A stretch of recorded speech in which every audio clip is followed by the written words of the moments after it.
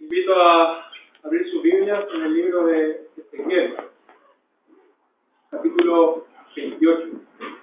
Capítulo 28, versículos del 12 al 17.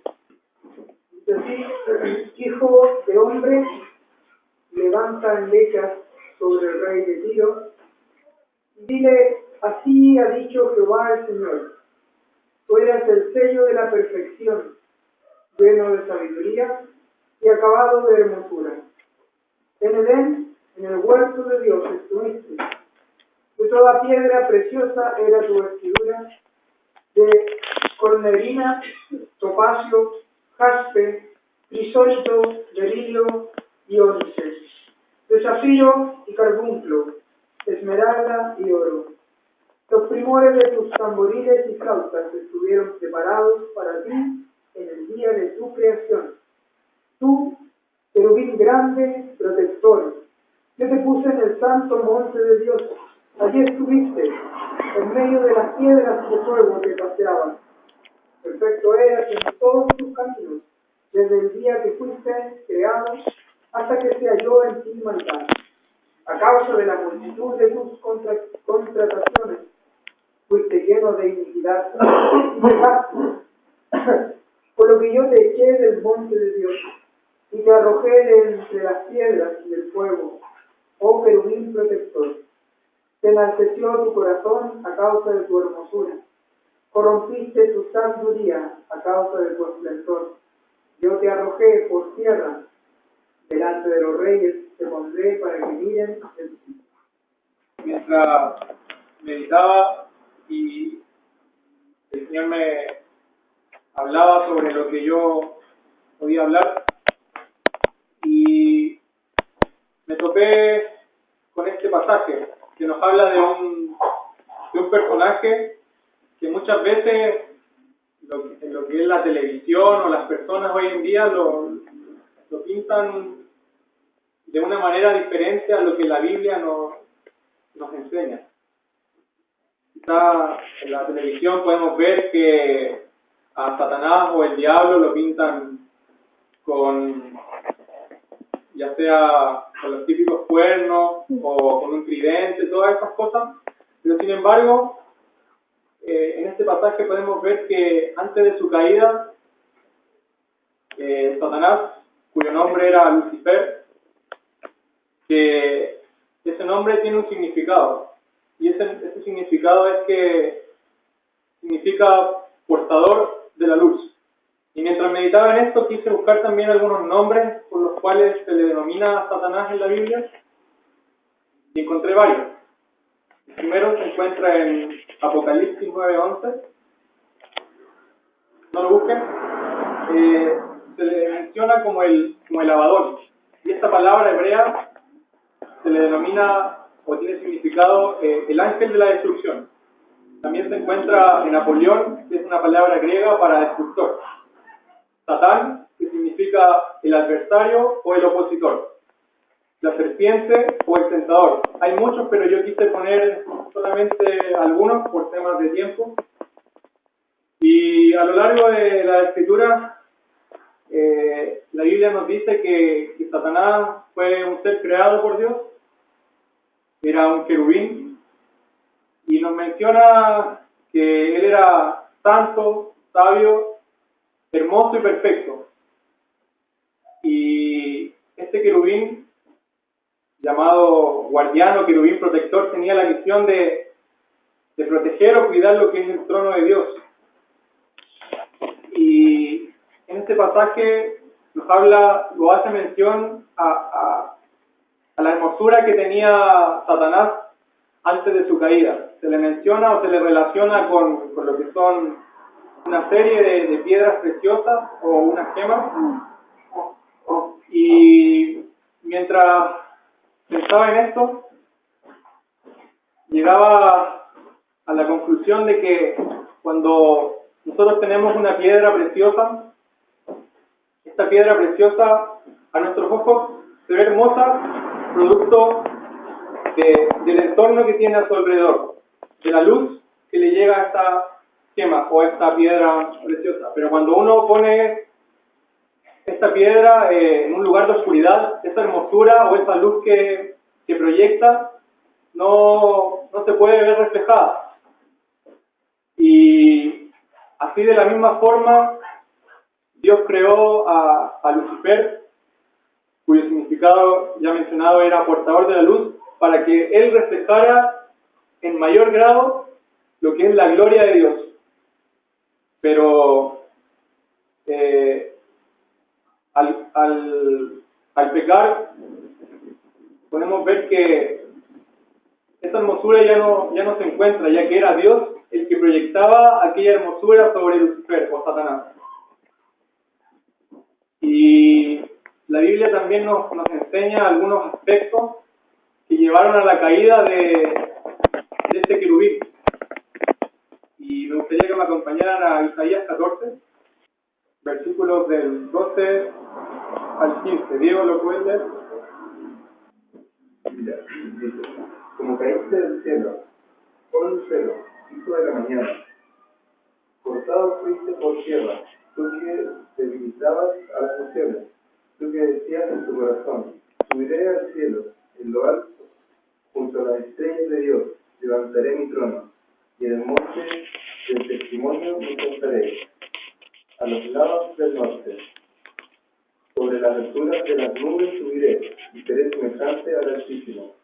Mas tú derribado eres hasta el Seol, a los lados del abismo. Otro pasaje, no lo busquen, en Ezequiel 28, versículo 17, dice: se enalteció tu corazón a causa de tu hermosura, corrompiste tu sabiduría a causa de tu esplendor. Yo te arrojaré por tierra, y delante de los reyes te pondré por espectáculo. En el primer pasaje podemos ver que hay algunas características o conductas de él que llevaron a la caída de Satanás. Él, producto de su pecado de orgullo y a las ciertas características que ahora voy a mencionar, lo llevaron a la perdición. Y una de las primeras cosas que Satanás quería, o lo que dijo, en primer lugar dijo: subiré al cielo. Él quería subir al cielo, ya que en ese lugar es donde se encuentra la morada de Dios. Él esperaba un reconocimiento y poder quedarse en donde estaba la morada de Dios. En segundo lugar, otra de las cosas que dijo es que levantaré mi trono sobre los ángeles de Dios. Lo que él quería, aparte también de ocupar lo que es la morada de Dios, también codició lo que era su gobierno en cuanto a las huestes angelicales. Y nos lleva a que el orgullo de Satanás era tal que, si bien su poder o lo que él quería era ser semejante a Dios, nos lleva a que no solamente fueron estas dos de las características que él quería tener, sino que también, en tercer lugar, dice que lo que él quería también era sentarse también sobre el monte del testimonio. Me gustaría que me acompañaran a Isaías capítulo 2, versículo 2. Acontecerá en lo postrero de los tiempos que será confirmado el monte de la casa de Jehová, como cabeza de los montes, y será exaltado sobre los collados, y correrán a él todas las naciones. El tercer aspecto, que dice que me sentaré también sobre el monte del testimonio, nos dice que lo que quería Satanás también era el gobierno que Dios tiene sobre todo lo que él había creado, sobre su creación, ya sea la tierra o todo lo que había sido creado por Dios. También, en cuarto lugar, podemos ver que lo que él quería era subir sobre las alturas de las nubes. ¿Por qué subir sobre las alturas de las nubes? Porque cuando se habla de las nubes, hace referencia a lo que es la gloria de Dios. En otras palabras, lo que él buscaba era poder tener aquella gloria de Dios para él. Ya he mencionado 4 aspectos, en los cuales era: subiré al cielo, levantaré mi trono sobre los ángeles de Dios, me sentaré también sobre el monte del testimonio, subiré sobre las alturas de las nubes. Y por último, y más importante, él quería ser como el Altísimo. Él quería ser igual a Dios, sentarse en el mismo trono de Dios y gobernar. Pero, producto de este pecado de orgullo, a Satanás le trajo consecuencias. Y la Biblia nos enseña que una de las consecuencias que yo me di cuenta mientras estudiaba es que, en primer lugar, Satanás, producto de su pecado, fue expulsado del cielo. Fue arrojado del cielo junto a la rebelión de ángeles que estaban con él. Si me acompañan a Ezequiel, el capítulo 28, versículo 16. Dice, a causa de la multitud de tus contrataciones, fuiste lleno de iniquidad y pecaste, lo que yo te eché del monte de Dios y te arrojé de entre las piedras del fuego, oh querubín protector. Se enalteció tu corazón a causa de tu hermosura, corrompiste tu sabiduría a causa de tu esplendor. Yo te arrojaré por tierra delante de los reyes, te pondré para que miren en ti. Producto del pecado de Satanás, ya que Dios es un Dios santo que no puede tener relación con el pecado, Satanás es sacado del cielo y, como ya se mencionó en el pasaje que leyó nuestro hermano Yerko, es arrojado por tierra. Y en segundo lugar, producto del pecado de Satanás, fue corrompido lo que es su carácter. ¿Por qué su carácter? Porque Lucifer, siendo hermoso, siendo perfecto y siendo creado para glorificar a Dios en mayor manera que todas las otras cosas creadas, su carácter fue corrompido y lo llevó a oponerse a todo lo que Dios hace y es. En tercer lugar, la perversión de su poder. Satanás hoy utiliza su poder para debilitar a las naciones, para hacer que el creyente muchas veces flaquee en su vida espiritual. Y Isaías 14 nos da algunas características por las cuales Satanás también utiliza esta perversión de su poder. Y nos dice en el versículo 12 que él debilita a las naciones. Versículo 16, provoca que la tierra y los gobiernos tiemblen. Y el versículo 17, y aquellos tomados como prisioneros no tienen alivio. Él lo que busca es que nosotros fracasemos en nuestra vida como creyentes, en nuestra vida espiritual, y poder alejarnos de Dios. En cuarto lugar, Satanás también fue destinado a lo que es el lago de fuego. Isaías 14, versículo 15. Mas tú derribado eres hasta el Seol, a los lados del abismo. La cuarta consecuencia de el pecado de Satanás fue que el ser destinado al lago de fuego, a la condenación. Y ya, por último, dos de las últimas características y consecuencias del pecado de Satanás fue que también su pecado tuvo como consecuencia que no solamente él cayera, sino que muchos le siguieran también. Se llevó consigo también una porción de los ángeles del cielo, que participaron en contra de la rebelión contra Dios. Y la consecuencia más grande que se puede decir que llevó el pecado de orgullo de Satanás fue que el pecado entró al mundo. Satanás hizo que el pecado entrara al mundo, y ante este problema, mientras yo meditaba en esto, me hacía la pregunta del millón, por así decirlo.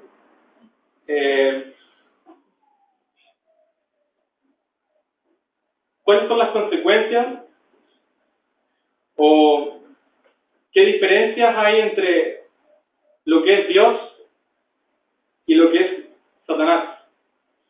A lo largo de las Escrituras podemos ver que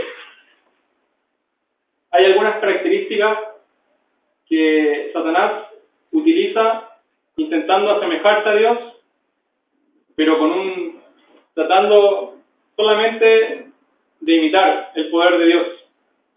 Y la Biblia nos enseña que Dios, siendo un Dios omnisciente, que todo lo sabe y que tiene conocimiento sobre todo, podemos ver que Él estableció un medio para poder quitar aquel problema que nos aquejaba, el pecado.